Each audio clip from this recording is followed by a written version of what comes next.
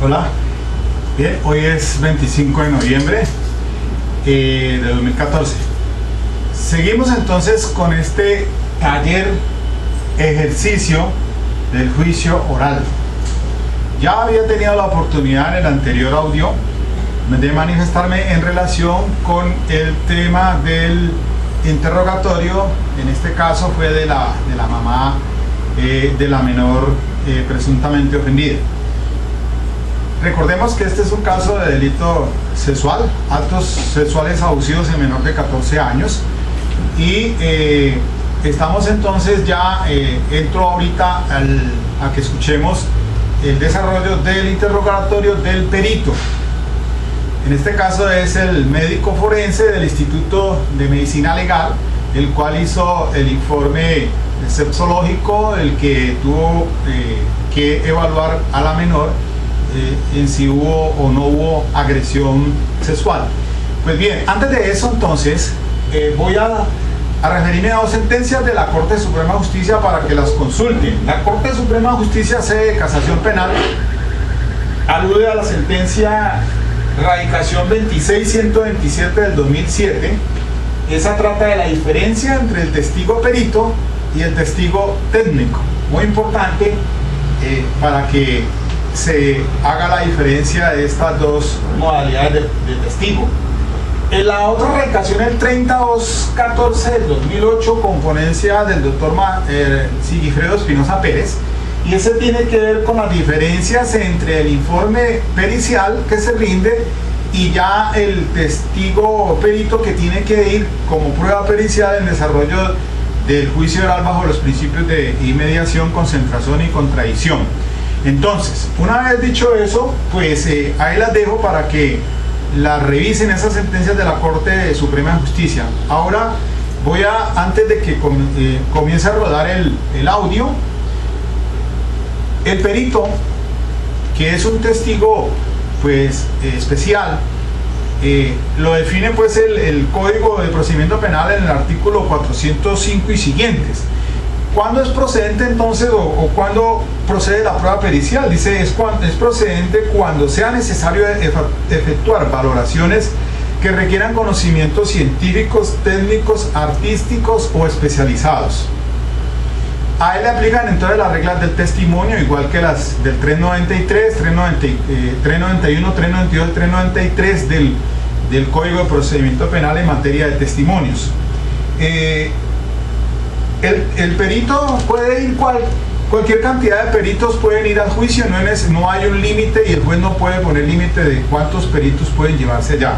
El perito debe rendir entonces su informe bajo la gravedad del juramento, y ese perito pues dice quiénes pueden prestar el servicio de perito del 406, además de los de la Policía Judicial, el de Medicina Legal y de Ciencia Forense. Están las entidades públicas y privadas y particulares especializados en la materia. Recordemos que para ser perito pues son personas tituladas, legalmente reconocidas, que tengan pues conocimiento en ciencia técnica o en el arte que se le va a someter al conocimiento.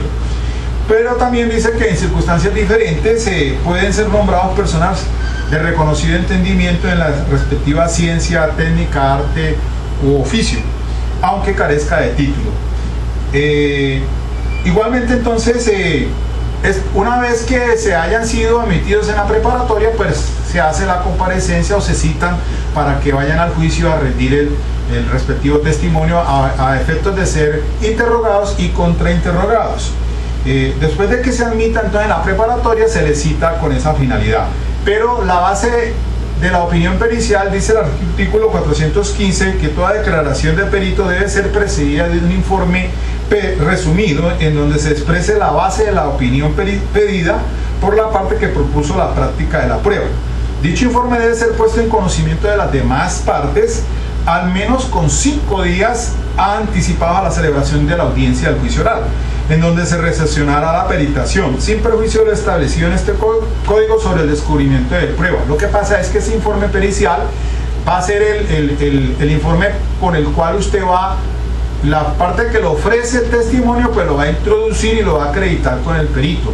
Y la contraparte, pues obviamente que con ese informe pericial hará el contrainterrogatorio y redigirá redirige la formulación de preguntas del contrainterrogatorio con la finalidad señalada en el artículo 418, que es para refutar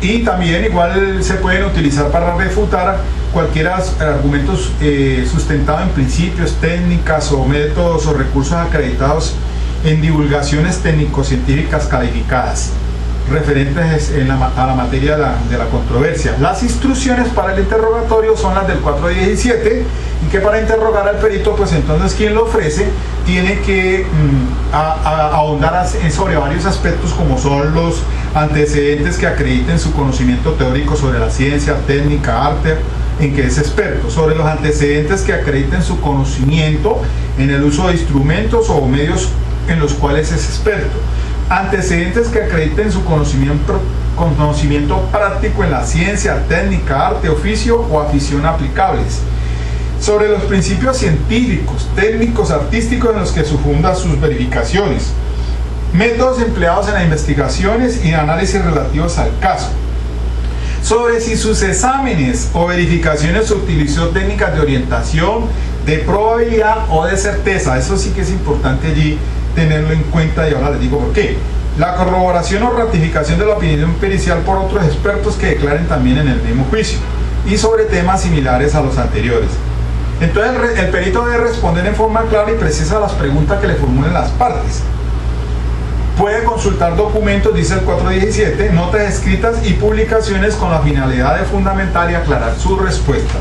Una vez entonces ya he hecho esta observación, esta antesala, pues ahora sí entonces pasemos a la materia que es objeto de estudio en esta ocasión, que es el testimonio del perito, del médico forense del Instituto de Medicina Legal, quien fue el que hizo el examen sociológico a la menor. Recordemos que esto es un acto sexual abusivo de menor de 14 años, está tipificado en el artículo 209 del Código Penal, con pena que va de 9 a 12 años, y que está tipificado en los siguientes términos. Dice el artículo 209, actos sexuales con menor de 14. El que realizare actos sexuales diversos del acceso carnal con persona menor de 14 años o en su presencia, o le induzca a prácticas sexuales, incurrirá en prisión de a 13 años. Bien, entonces estamos en desarrollo del juicio oral. Ya se escucharon los testimonios de las menores en cámara GESE. Se escuchó el testimonio de la mamá de la menor, que fue lo que se hizo en el anterior audio. Ahora entonces vamos a escuchar este perito, y a medida que se vaya avanzando voy tratando de explicar la situación. Entonces quien ofrece el testigo, en este caso la fiscal, como es testigo de la fiscalía, primero que todo hace el interrogatorio, como van a escuchar a continuación, y después sienta las bases para que pueda utilizarse el documento a fin de que refiera lo del anamnesis. El anamnesis es la parte donde se hace la entrevista de la menor con la mamá, y después entonces aborda la observación que hizo el médico, y después vienen las conclusiones. Finalmente entonces van a escuchar cuando la fiscalía dice que una vez pues ya autenticado el informe mediante el cual pues se introdujo, se acreditó con el testigo perito, entonces se solicita que esa evidencia rotulada con el número tal se tenga como prueba tal. Bien, entonces arranquemos.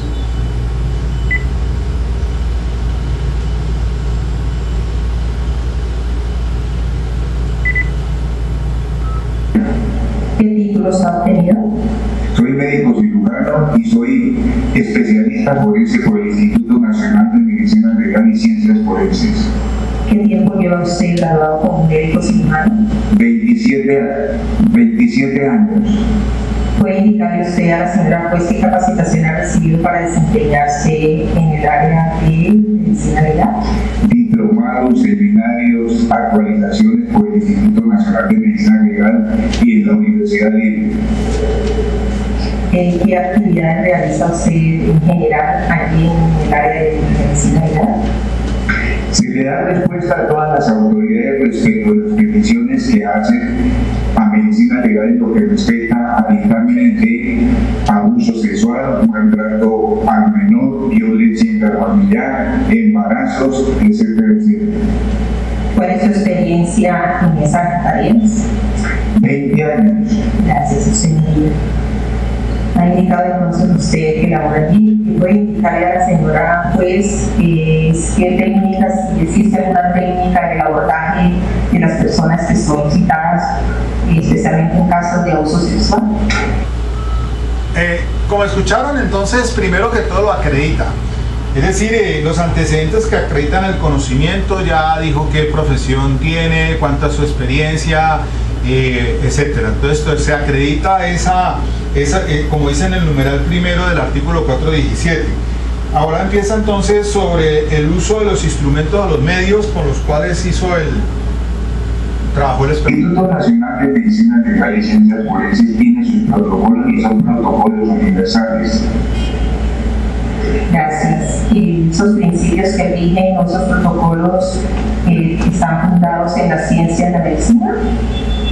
Son en realidad experiencias desde el punto de vista científico. Gracias. Quisiera entonces preguntarle ahora sí, para que nos ubiquemos en el caso que hoy nos convocan, saber, doctor Otto de Jesús, si usted elaboró para el día 7 de octubre de 2013.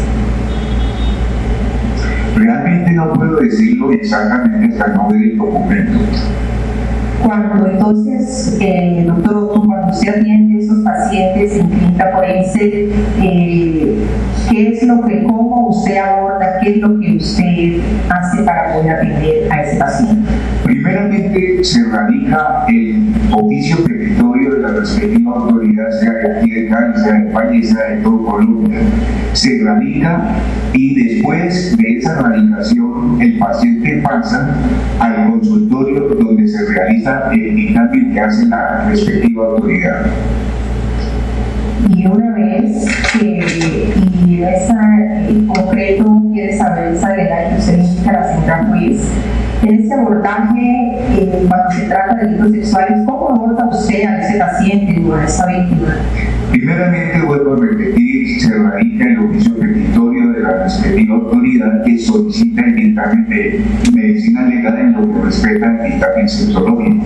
Después de radicado, se toma, digamos, todo lo que es la anamnesis. La anamnesis es la descripción de los hechos que hace la víctima.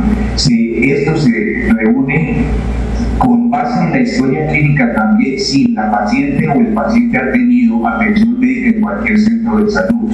Entonces, en primera instancia se hace la descripción de los hechos, que es lo que se llama anamnesis. Después se hace el examen clínico y después se hace el examen sexológico forense. Miren cómo entonces la fiscal tiene que sentar las bases para poder entrar a utilizar el informe. Si no sienta las bases, es decir, él ya tiene que ahondar si atendió a una paciente, cuál es la forma en que le practica los exámenes de tipo sexual. Entonces él empieza a informar allí, sí, y ciertamente entonces recibe el oficio petitorio, se radica, se hace la anamnesis, se hace la observación y todo eso con base en su experiencia pues como médico legista. Entonces va sentando las bases la fiscal, porque ya después va a utilizar el documento, el informe pericial que fue el que rindió el médico, y para ello pues no puede entrar de tajo a presentar el informe si no ha sentado las bases para poder llegar a él. Una vez que se hace este examen, se termina ya la atención al paciente, ¿usted elabora un documento? Esto se elabora porque tiene un dictamen médico legal sexológico forense. Esto tiene un aplicativo que utiliza el Instituto Nacional de Medicina Legal y Ciencias Forenses en todo el país. Se le entrega el original del documento al paciente para que se lo lleve a la respectiva autoridad que ha solicitado dicho examen. Y en el archivo de medicina legal queda la copia. En estos exámenes o dictámenes, los dictámenes que usted pide como médico en clínica forense, usted ese documento las conclusiones. Necesariamente se hace una conclusión después de haber hecho el examen clínico forense y el examen sexológico forense. Gracias, señorita. Señora juez, le pido permiso para correr al testigo, colocarle de presente la evidencia número 5 en 3 folios con el fin de continuar el interrogatorio. No es todo primero trasladado a las partes. Sí, escuchan entonces que sentó las bases para poder entonces utilizar el informe, como acaban de oír. Caballero, perdón.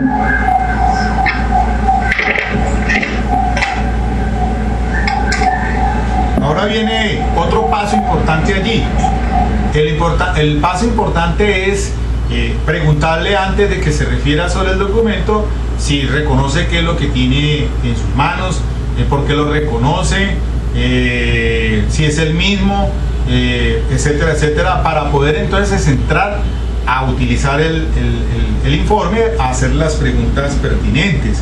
Primero las bases entonces para poder llegar al informe. Después que se tiene el informe, tiene que autenticarlo, y ahí sí entonces después se utiliza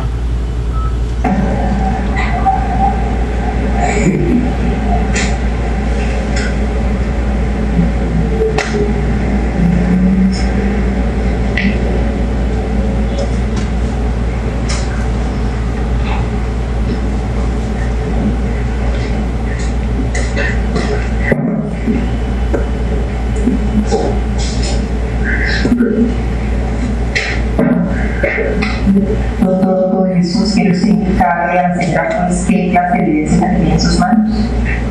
Este es el documento, informe pericial de clínica forense que se le realizó a la niña Jenny Natalia Manrique Hoyos el 7 de octubre del 2013 a las 15:11 horas, como un primer reconocimiento médico legal sexológico forense.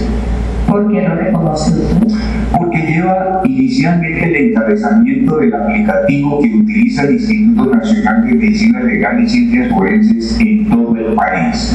Además está avalado a pie de página por mi nombre y apellidos completos y el código que me ha asignado el Instituto Nacional de Medicina Legal y Ciencias Forenses. ¿Este documento está en las mismas condiciones en que usted lo escribió? 3.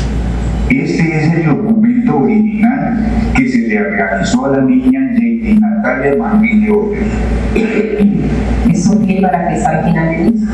Esa es mi firma. Gracias, doctor. Si se dan cuenta entonces los pasos que tiene en sus manos, por qué lo reconoce, es el mismo, y si esa es su firma. Entonces, ahora específicamente sobre eso que vamos a hablar. Ahora, ¿Quiere usted entonces indicarle a la señora, pues, según ese documento, cuál es el objetivo de esa... recuerden aquí que todavía no es prueba, porque el informe de opinión pericial no sirve para absolutamente nada si no declara en el juicio el perito. Entonces, por eso esa sentencia, la 3214 del 2008, es un típico caso donde efectivamente se llevó solamente un informe de medicina forense de un médico, pero no se llevó al médico forense como tal. Entonces quisieron darle el valor solamente al informe, y allí la Corte Suprema de Justicia dice: un momento, ese informe como tal no sirve, como indica el artículo 415. En ningún caso el informe de que trata este artículo será admisible como evidencia si el perito no declara oralmente en el juicio. Por eso entonces el que acredita el informe como prueba pericial, en lo que sirve es la declaración del forense en el juicio, porque ese informe como tal no es evidencia, dice allí, no es admisible como evidencia, dice el 415. Bueno, ahora entonces se empieza a interrogar sobre el contenido del documento. El objetivo es el informe pericial sexológico forense, el cual fue solicitado por CAIFAS de la Fiscalía General de la Nación, que queda en la avenida Nulbe, número 3832-1. Se solicitó el dictamen médico legal sexológico forense a la niña J.D. Natalia Manrique Hoyos y fue examinada el 7 de octubre del 2013 a las 15:11 horas. ¿Quiere usted recordarle a la señora o indicarle, por favor, a la señora juez en la análisis cuál fue la información que le aportó esta menor? La análisis es la relación con los hechos, o sea, la descripción de la experiencia como tal de la víctima. Entonces, el relato de los hechos consistió en lo siguiente. Mire que allí podría decir una objeción porque eso es testimonio de referencia, pero realmente la anamnesis, pues en estos casos, es lo que le comenta la víctima al médico forense. Y entonces él lo que hace es relatar lo que aparece en la anamnesis. En cierta forma no sería como testimonio referido.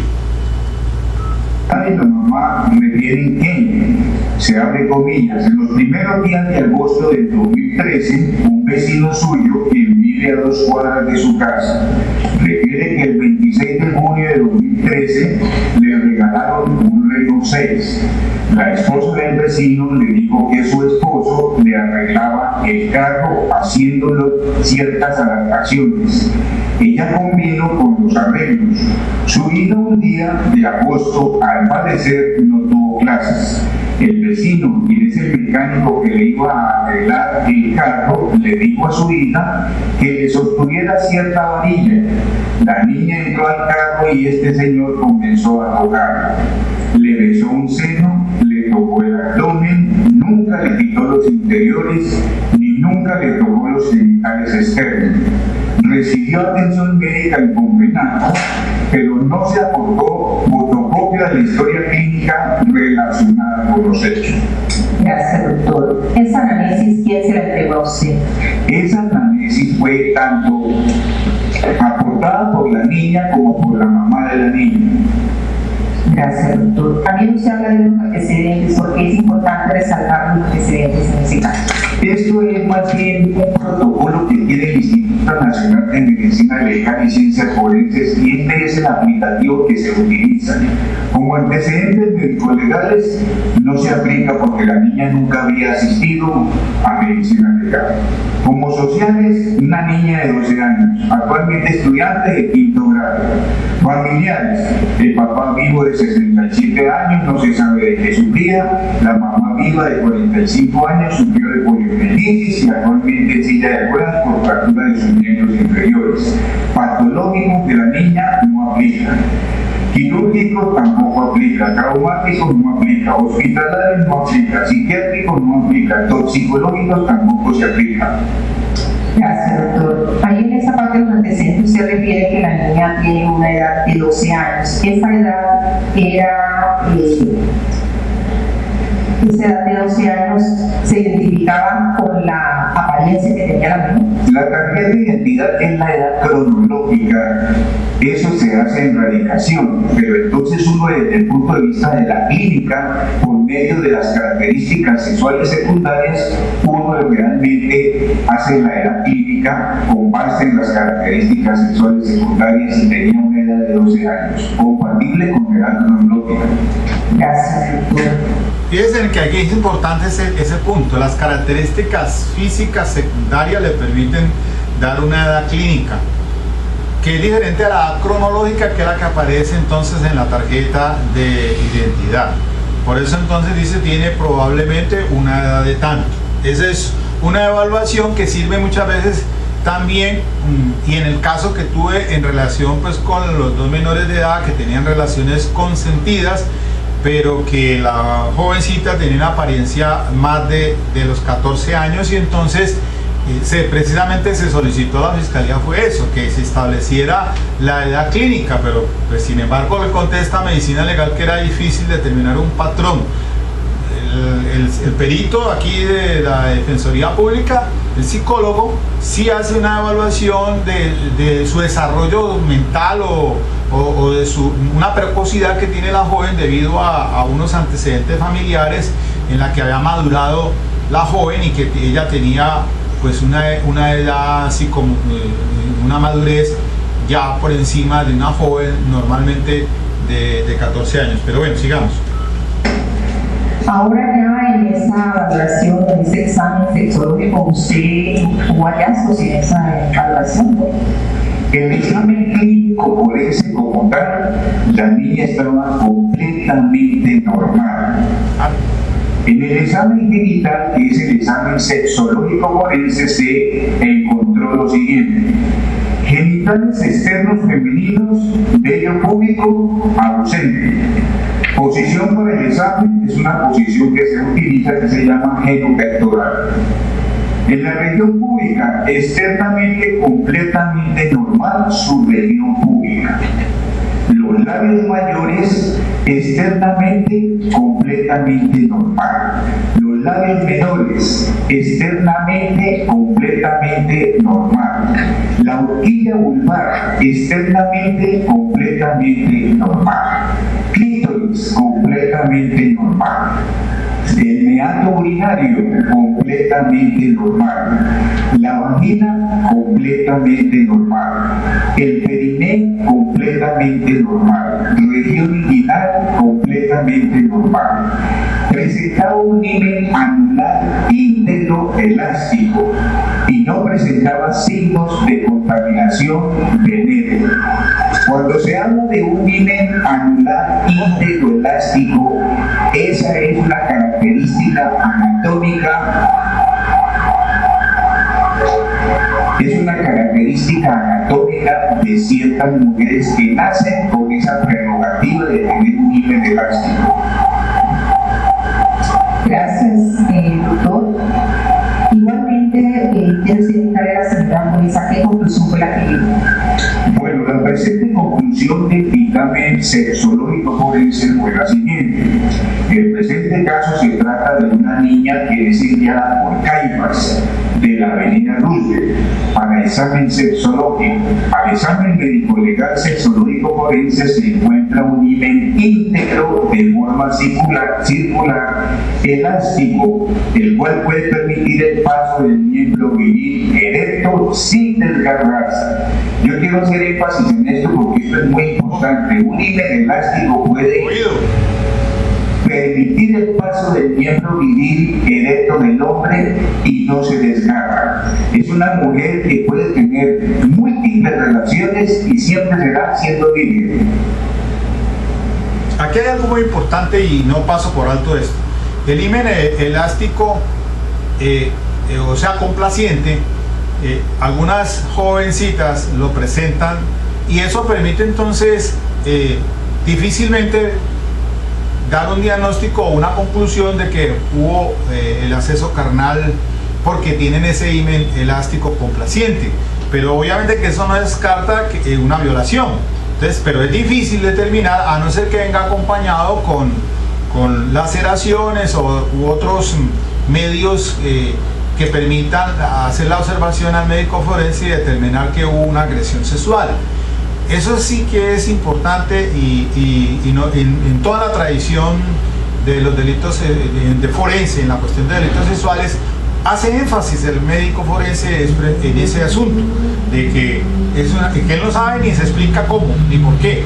Ni siquiera la ciencia forense sabe por qué razón algunas jóvenes tienen ese himen complaciente o elástico, y que pues entonces no hay el desgarro, no hay la desfloración como tal.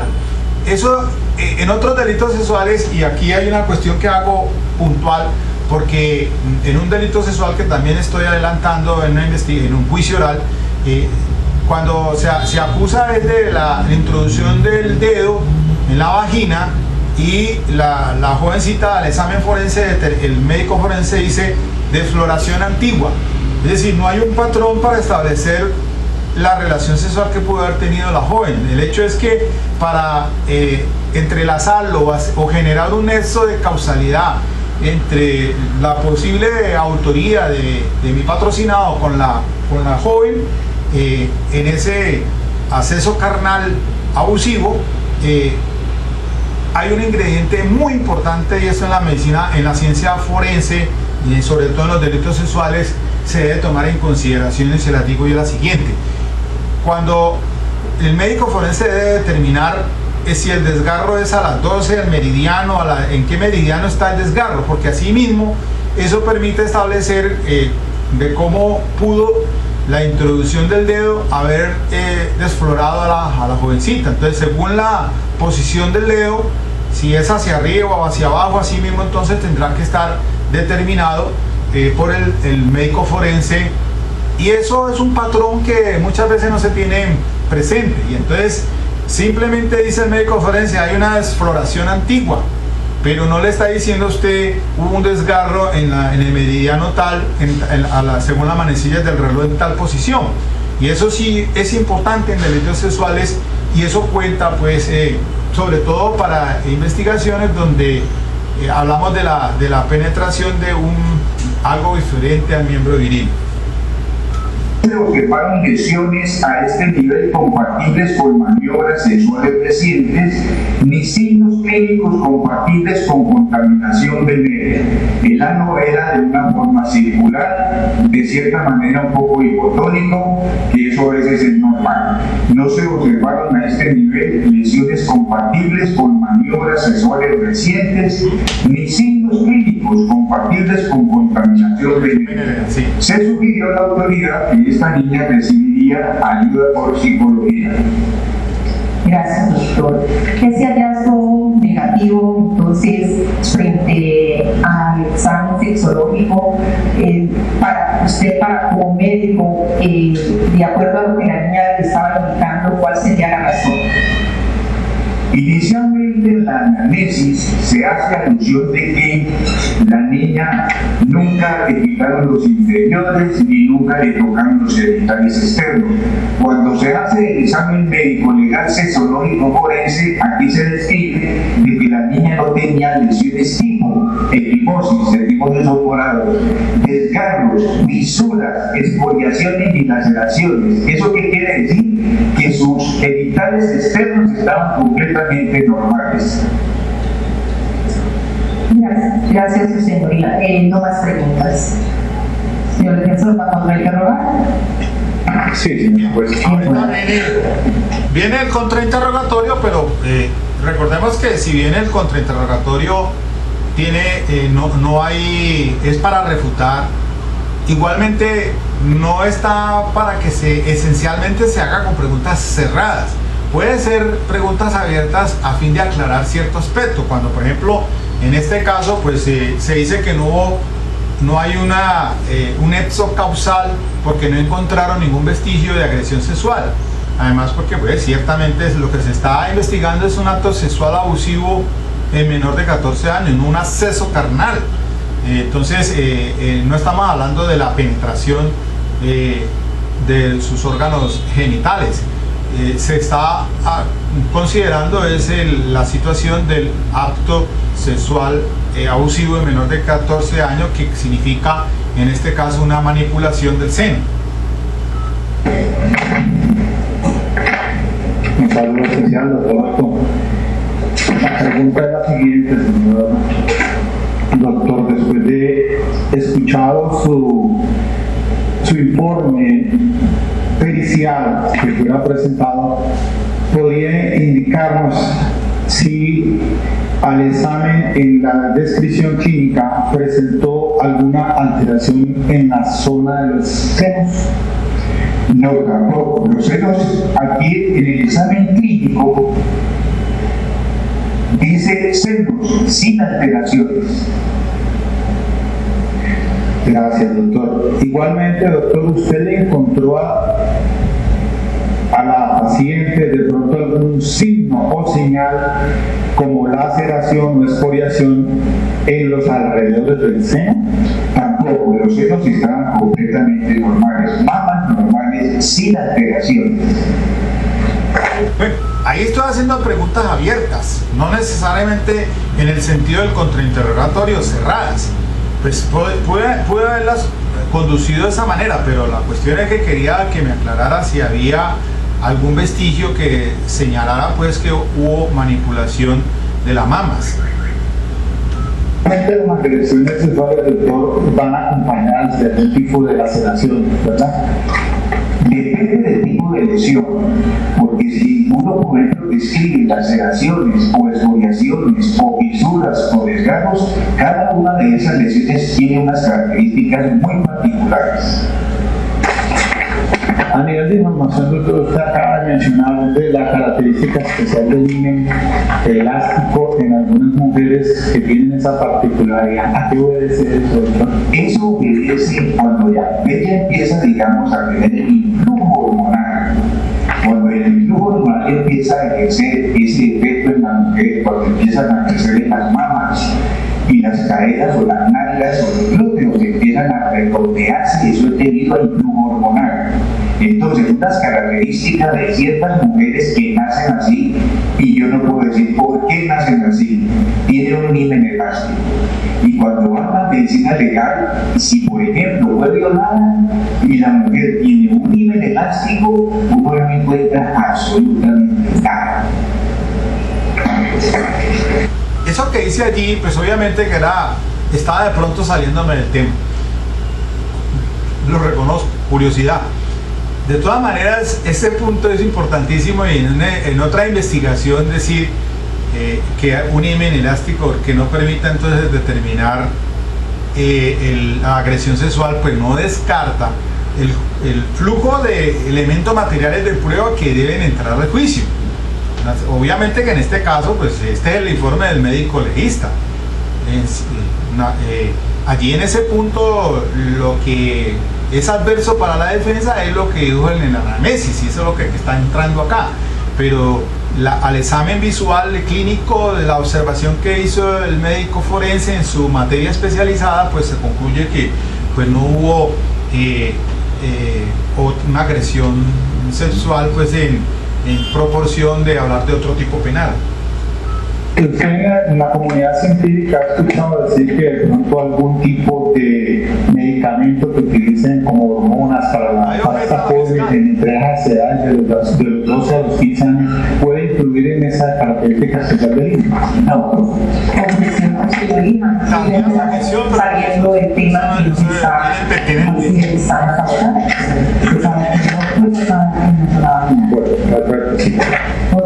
Las hormonas, perdón doctor, las hormonas lo que hacen es en realidad hacer un efecto estimulante en el desarrollo de las mamas, en el desarrollo del vello púbico, en el desarrollo del vello axilar, en el desarrollo de los glúteos o de las nalgas. Pero digamos en la estructura himeneal como tal, no ejerce ningún efecto. Gracias, doctor. En conclusión, doctor, esta joven paciente que usted atendió no presentaba entonces correspondencia alguna por una manipulación o agresión sexual. En absoluto. Muchas gracias, no más preguntas. Señora fiscal, ¿pasamos al redirecto? Sí, su señoría me pregunta. Viene el redirecto, que es de quien nos ha ofrecido el testigo, entonces tiene otra oportunidad para abordar sobre aspectos puntuales que se hicieron en el contrainterrogatorio. Doctor, usted manifiesta de que el absorto encontró señales relacionadas con agresión sexual, ¿cierto? Teniendo en cuenta que la menor indicó que le había besado el seno, ¿ese evento podía dejar una lesión? En absoluto. Bueno, ratifica la fiscal pues, en la pregunta que había hecho el médico legista que no había ningún vestigio sobre agresión sexual porque no había pues señal visible. El hecho de que hubiera besado, que no encontrara la lesión no significa entonces que no hubiera sucedido esa agresión sexual. Agresión. Ahí le hace esa pregunta, objeta a la fiscal, y entonces, objeto yo como defensor, porque le está haciendo una pregunta de opinión. Se está estableciendo un nexo de causalidad, lo cual eso es del resorte del juez. El juez es el único que puede tomar conclusiones en relación pues con la responsabilidad, porque la pregunta que le dice la hace la fiscal es decirle al perito si al no encontrar nada de eso usted estaba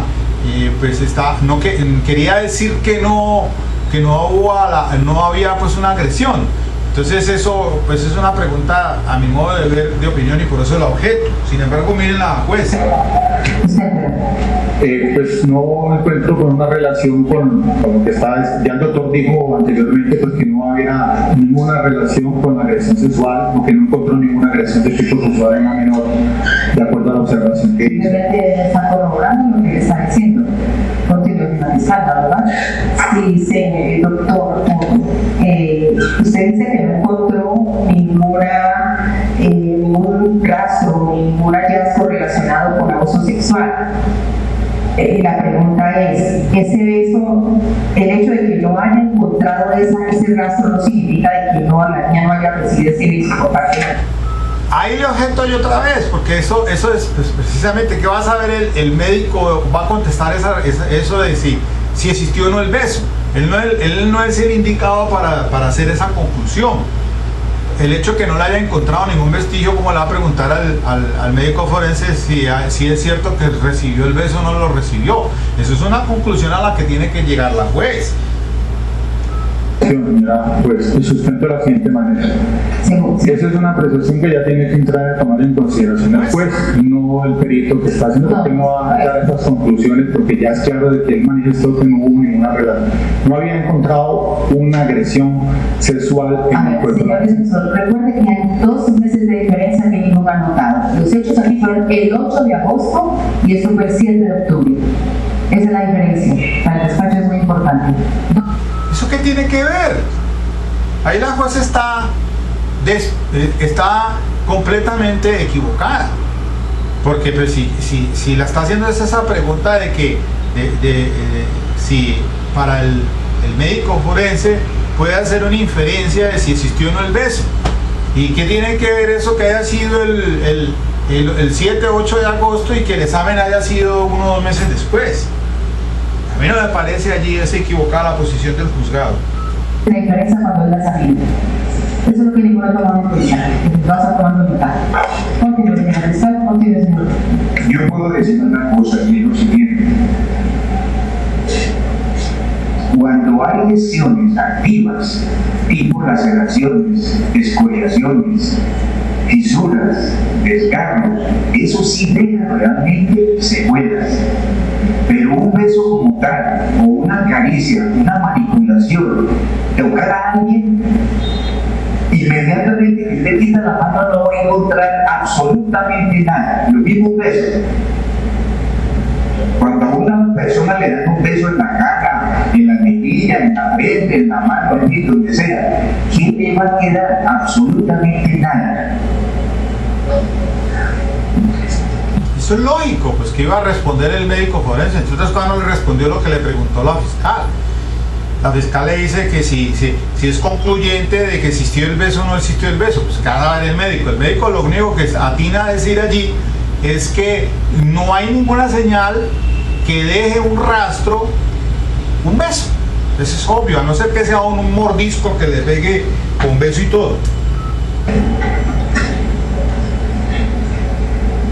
No más pregunta su señoría, pero está delegada después, si el abogado va a continuar, solamente solicitaría de que el documento, el dictamen inicial, se allegue en este testimonio como complemento a lo manifestado aquí por el profesional de la persona. Bien, señor defensor, entonces va a ser que no hay recontra. Señor Morán, la pregunta complementaria. El Ministerio Público no interrogará al testigo. El doctor Jesús Busto Velasco, muchísimas gracias por retirarse.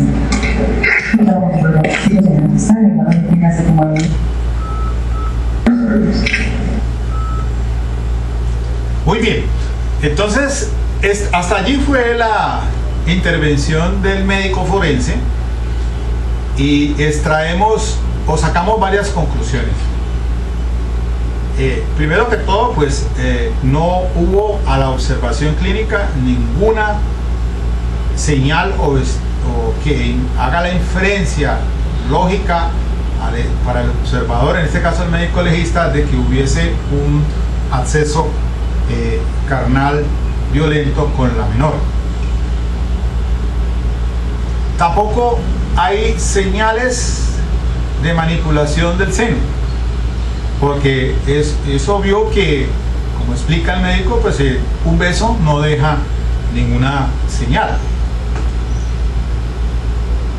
Para mí, pues es importante el testimonio del médico forense, porque pues ahora lo que sigue, como vamos a escuchar acá, la intervención del psicólogo forense del CTI, que es importante, que fue ofrecido por la Fiscalía, tiene unas connotaciones especiales como perito en la materia, como psicólogo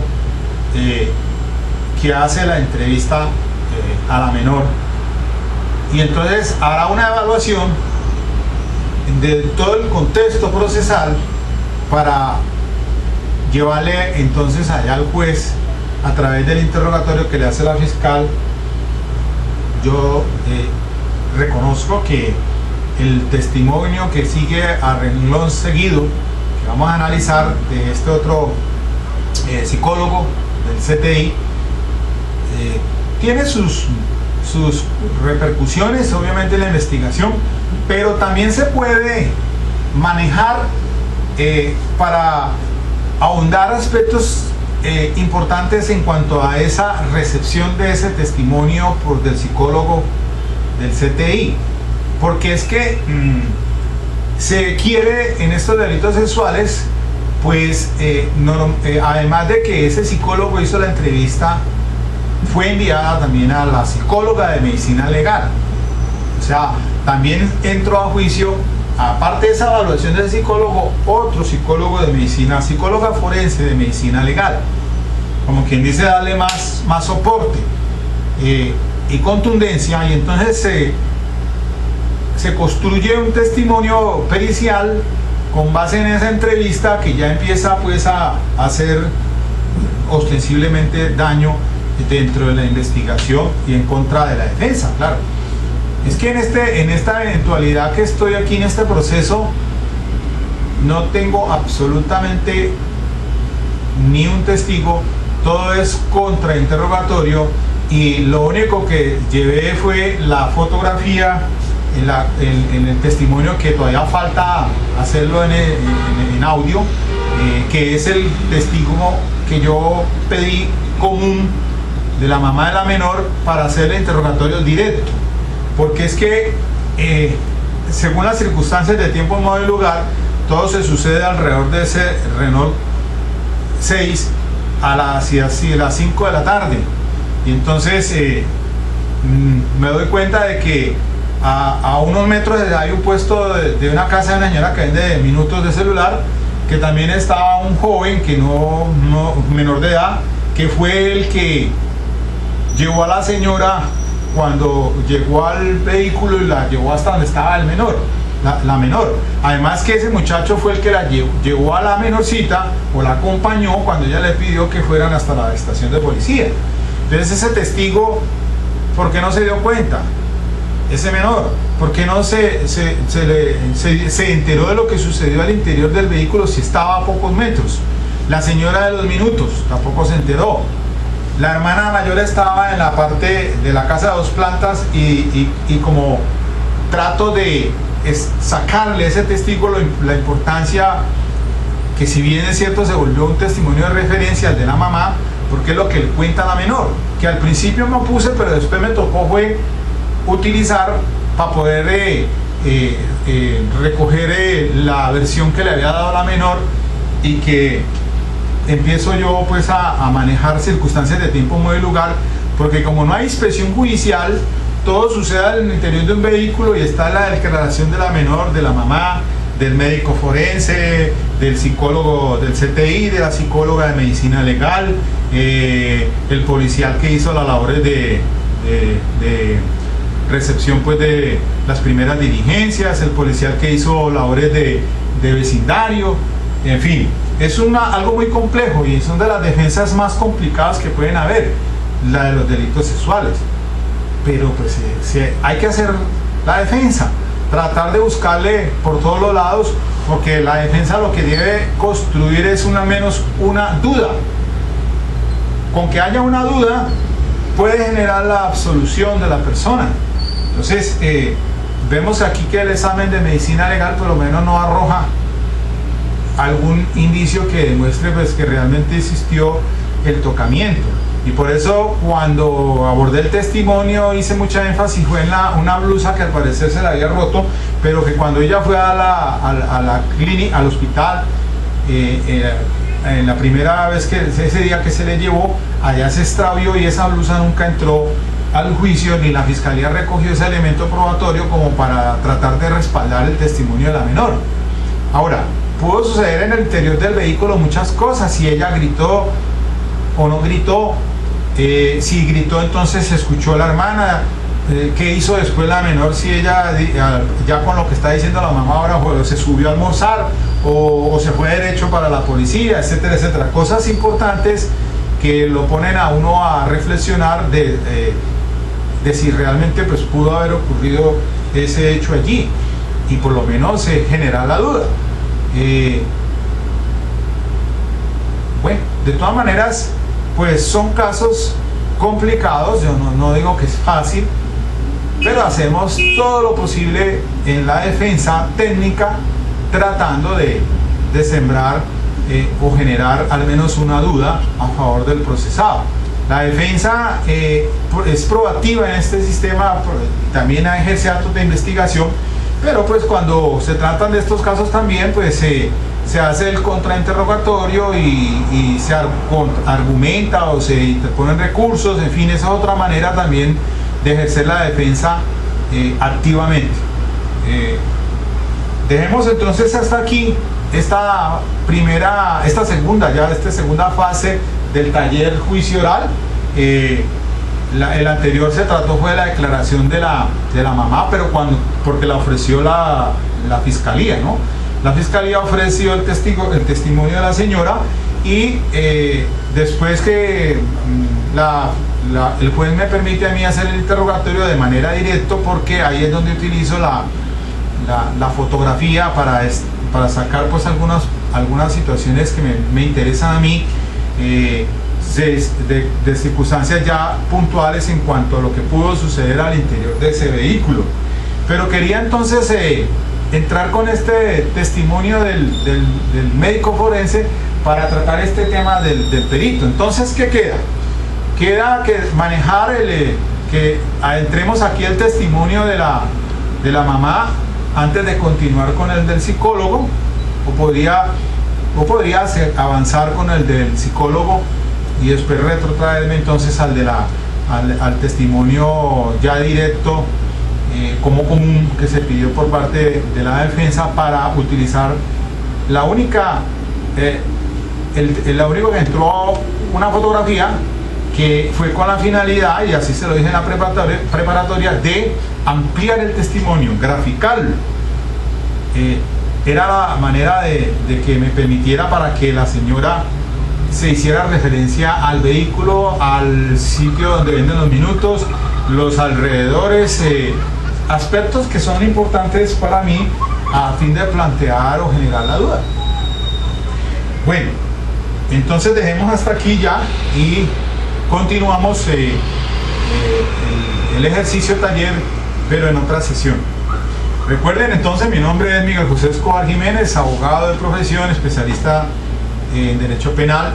Esto que estoy haciendo acá es con fines académicos, solamente hace parte de estudios de reflexión que hacemos en materia de Derecho Penal, y que pues, de alguna manera puede en cierto momento ayudarles a los abogados o a los estudiantes de Derecho. Son puntos de partida que usualmente pues, no se encuentran pues, así en las redes sociales, y que hay que aprovechar este medio virtual para difundir el pensamiento. Aquí he tratado de respetar la dignidad de las personas, por eso no son videos mostrándose a nadie, solamente es cuestión de audio, teniendo o guardando pues cierta prudencia con datos concretos como son las direcciones o la identidad de las personas, obviamente que ahora hubo preguntas donde pues difícilmente puede aislarse el nombre de ciertas personas, pero entonces no estoy haciendo aquí difusión por este medio de las características físicas de nadie, solamente es el audio, y creo que eso hasta donde es posible se puede hacer, además porque esto es una audiencia pública, una audiencia que cualquiera puede entrar a este juicio oral que todavía no se ha terminado, y que a diferencia del juzgamiento de un menor infractor, sí, por la ley 1098 del 2006 se prohíbe en esas audiencias, guardando pues protegiendo a los menores en el establecimiento de sus derechos. Aquí en este caso pues es un juicio que se sigue contra un señor, una persona mayor que está detenido actualmente por actos sexuales abusivos a menores de 14 años. Creo que con eso pues el juzgamiento se está haciendo en contra de él, y aquí no hago, si lo hago es este ejercicio taller, como digo, respetando los derechos y la intimidad de las personas especialmente. Bueno, dejemos aquí entonces y seguimos.